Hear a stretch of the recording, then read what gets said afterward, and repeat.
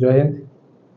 আজ দেখো তোমাদের ভারতের সংবিধান ভাগ 4 চলছিল, 36 থেকে 51 ভাগ 4 হয়েছিল তোমাদের আর্টিকেল 44 পর্যন্ত। এখন দেখবো আর্টিকেল 45। আর্টিকেল 45 আর্টিকেল 45 আর্টিকেল 45 বলা আছে 6 বছরের শিশুর স্বাস্থ্যের ধ্যান রাখতে হবে সরকারকে। স্বাস্থ্যের স্বাস্থ্যের স্বাস্থ্যের স্বাস্থ্যের ধ্যান রাখতে হবে সরকারকে। সরকার সরকারকে 6 বছরের শিশুর স্বাস্থ্যের ধ্যান রাখতে হবে সরকারকে। এবং 6 থেকে 14 বছরের শিশুর শিক্ষার ধ্যান রাখতে হবে সরকারকে। শিক্ষার ধ্যান রাখতে হবে সরকারকে। আর্টিকেল 45 বলা হয়েছে 6 বছরের শিশুর স্বাস্থ্যের ধ্যান রাখতে হবে সরকারকে। 6 থেকে 14 বছরের শিশুর স্বাস্থ্যের শিক্ষার ধ্যান রাখতে হবে সরকারকে।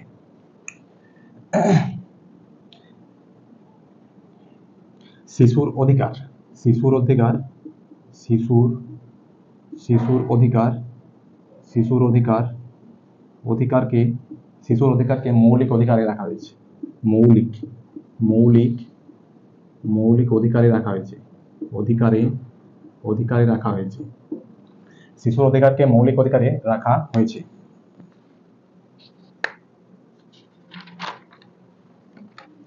আর্টিকেল 46 বলা হয়েছে এসসি, এসটি, ওবিসি দের জন্য বিশেষ সংরক্ষণ। আর্টিকেল 46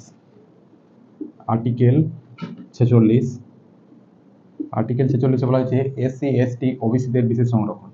এসসি, এসটি, ওবিসিদের বিশেষ সংরক্ষণ।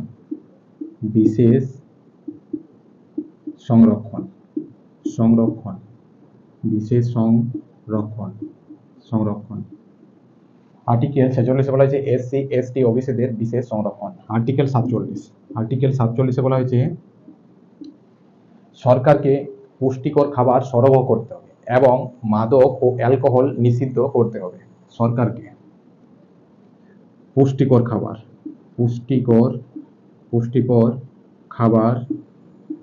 সরবরাহ করতে হবে।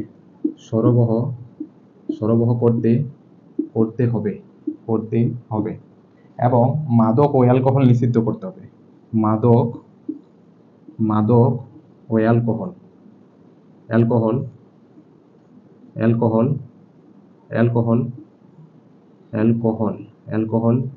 নিষিদ্ধ করতে হবে।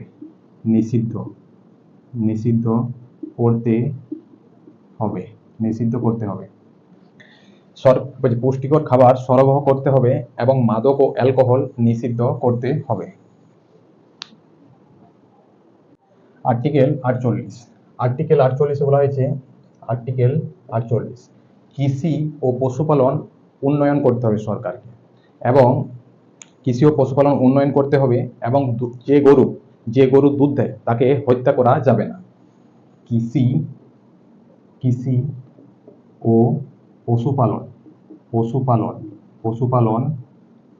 উন্নয়ন করতে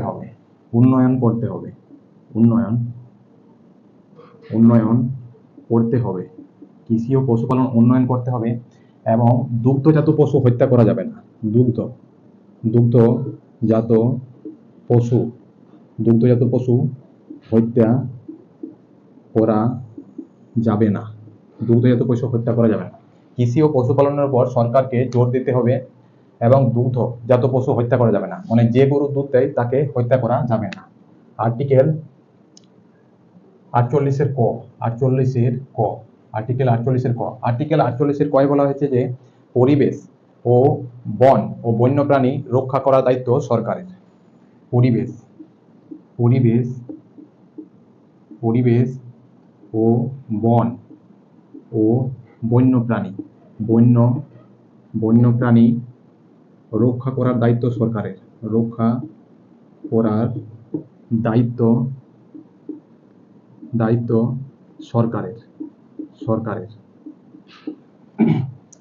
আর্টিকেল 48 কয় বলা হয়েছে পরিবেশ ও বন ও বন্যপ্রাণী রক্ষা করার দায়িত্ব হচ্ছে সরকারের। আর্টিকেল 49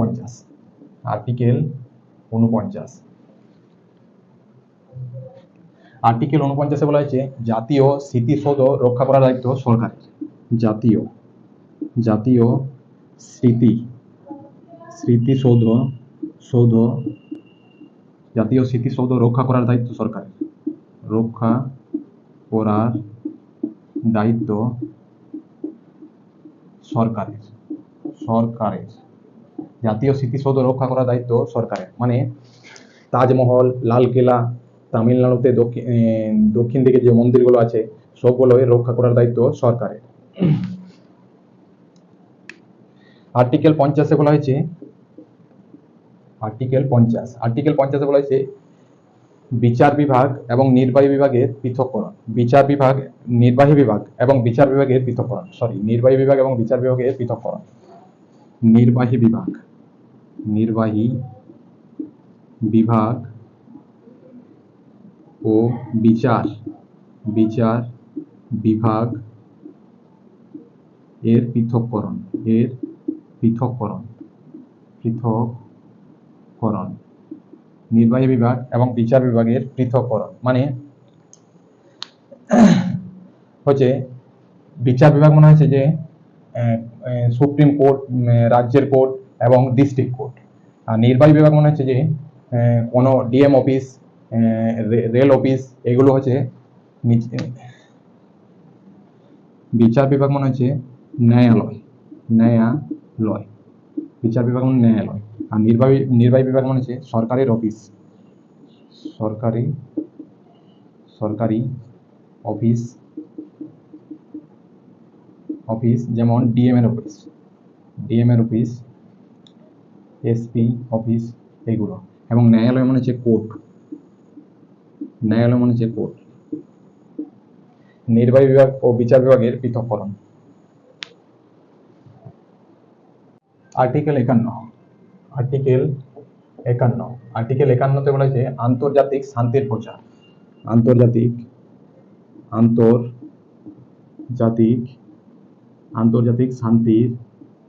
শান্তির প্রচার। আন্তর্জাতিক শান্তির প্রচার। আর্টিকেল 51 বলা হয়েছে যে আন্তর্জাতিক শান্তির প্রচার। আর এই অনুচ্ছেদের অধীনে ইউএন এর সদস্য হয়েছে ভারত। ইউএনও সদস্য হয় ভারত। রাষ্ট্রীয় নির্দেশমূলক নীতিকে 3টি ভাগে বিভক্ত। রাষ্ট্রীয় নির্দেশমূলক নীতিকে 3টি ভাগে ভাগ করা হয়। একটা হচ্ছে গান্ধী ধারা।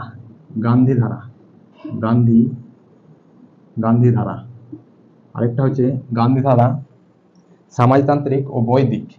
সমাজতান্ত্রিক।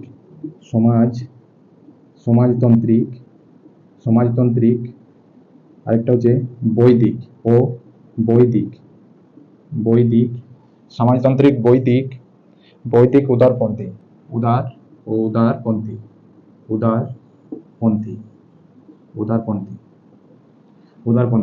রাষ্ট্রীয় নীতি নির্দেশমূলক নীতিকে 3টি ভাগে ভাগ করা হয়। একটি হচ্ছে গান্ধী ধারা, সমাজতান্ত্রিক, বৈদিক ও উদারপন্থী।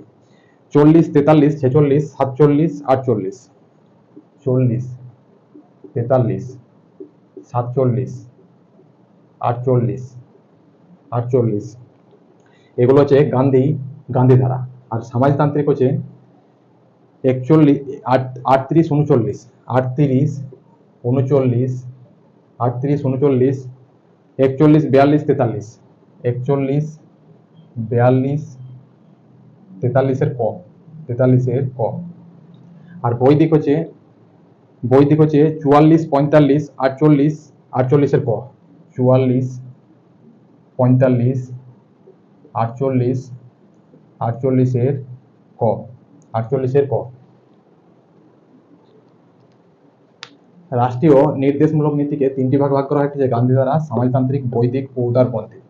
গান্ধী ধারায় 40, আর্টিকেল 40, 43, 47, 48। সমাজতান্ত্রিকে 39, 39 এর ক, 41, 42, 43 এর ক। আর বৈদিক ও উদারপন্থীতে 44, 43, 48, 48 এর ক। মিনারমা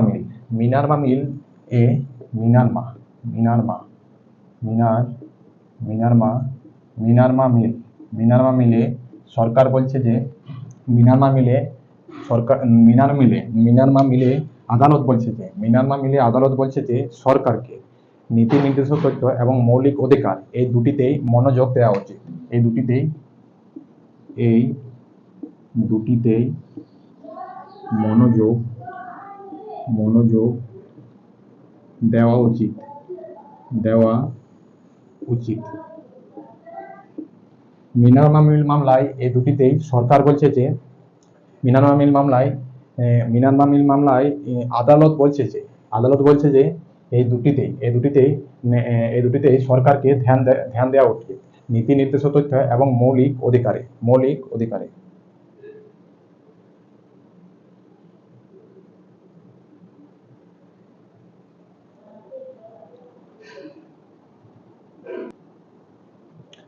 সরকার বলছে মৌলিক অধিকার জন্মের পরে পাওয়া যায়। মৌলিক অধিকার, আদালত বলছে মৌলিক অধিকার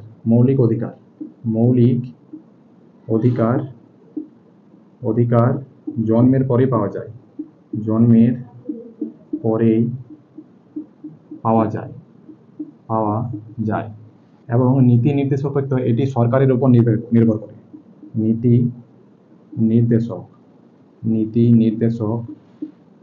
নির্দেশক তথ্য এটা সরকারের উপর নির্ভর করে।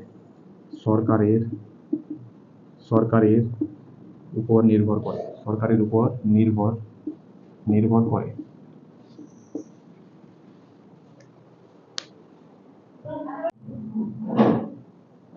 মৌলিক অধিকার এটি ইউএসএ সংবিধান থেকে নেওয়া। সংবিধান থেকে নেওয়া হয়েছে। এটা আয়ারল্যান্ডের সংবিধান থেকে নেওয়া।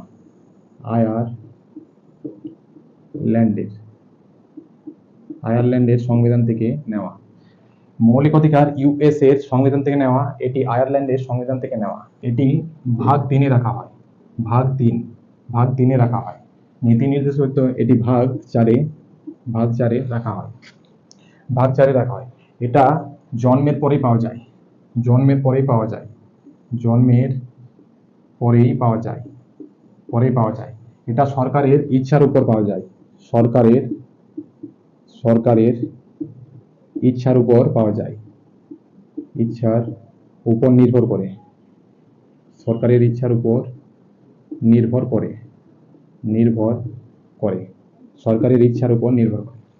এটি জন্মের পরে পাওয়া যায়। এটি সরকারের ইচ্ছার উপর নির্ভর করে।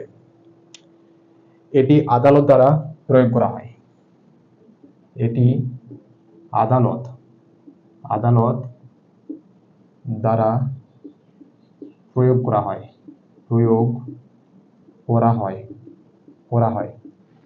সরকারের দ্বারা প্রয়োগ করা হয়।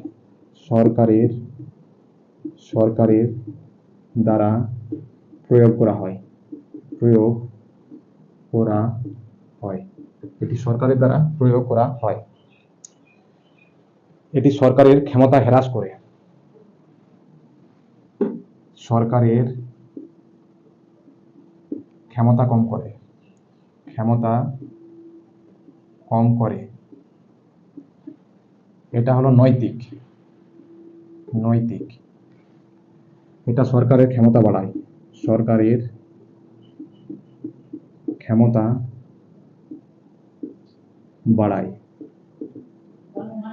এটা হলো ইতিবাচক।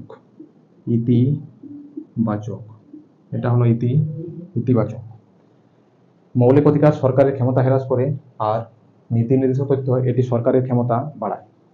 এটির পিছনে আইনি স্বীকৃতি রয়েছে। এটির পেছনে আইনি অধিকার আছে।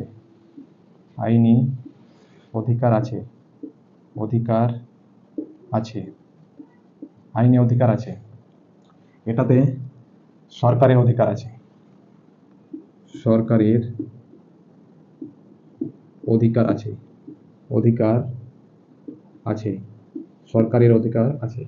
মৌলিক অধিকারে এটাতে আইনি অধিকার আছে এবং এটাই সরকারের অধিকার আছে। এটা স্থগিত হতে পারে। মৌলিক অধিকার স্থগিত স্থগিত হতে পারে, স্থগিত হতে পারে এবং ব্যক্তির মানুষের মঙ্গলের জন্য, মানুষের মঙ্গলের জন্য, মানুষের মঙ্গলের জন্য এটা স্থগিত হতে পারে না, স্থগিত হতে পারে না, পারে না, এটা স্থগিত হতে পারে না। এটার পিছনে সমাজের ভালোর জন্য, সমাজের ভালোর জন্য, সমাজের ভালোর জন্য,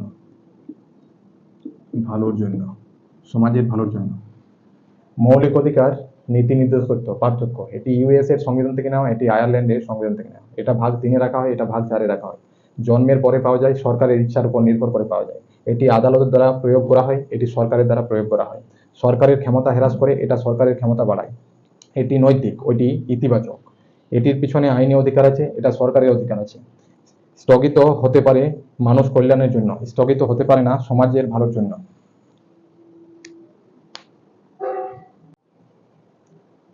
সংবিধানের ভাগ 4-কে 5টি ভাগে ভাগ করা হয়। একটা হচ্ছে অর্থনৈতিক নীতি নির্দেশামূলক নীতি, 2 নম্বর হচ্ছে সামাজিক ন্যায় বিচার নির্দেশমূলক নীতি, 3 নম্বর হচ্ছে রাজনৈতিক ন্যায় বিচার নির্দেশমূলক নীতি, 4 নম্বর হচ্ছে পরিবেশ ন্যায় বিচার নির্দেশমূলক নীতি, আর 5 নম্বর হচ্ছে আন্তর্জাতিক শান্তি ও নিরাপত্তা ন্যায় বিচার নির্দেশমূলক নীতি। ডক্টর ভীমরাও আম্বেদকর রাষ্ট্রীয় নীতি নির্দেশমূলক নীতিকে ভারতের সংবিধানের অন্যান্য বৈশিষ্ট্য বলেছেন। ডক্টর ভীমরাও আম্বেদকর ভাগ 4-এর নীতি নির্দেশমূলক নীতিকে অন্যান্য বৈশিষ্ট্য বলেছেন। আজকের ক্লাস এখানে শেষ করছি। কালকে 52 থেকে 151 আর্টিকেল বা অনুচ্ছেদ 52 থেকে 151 দেখব।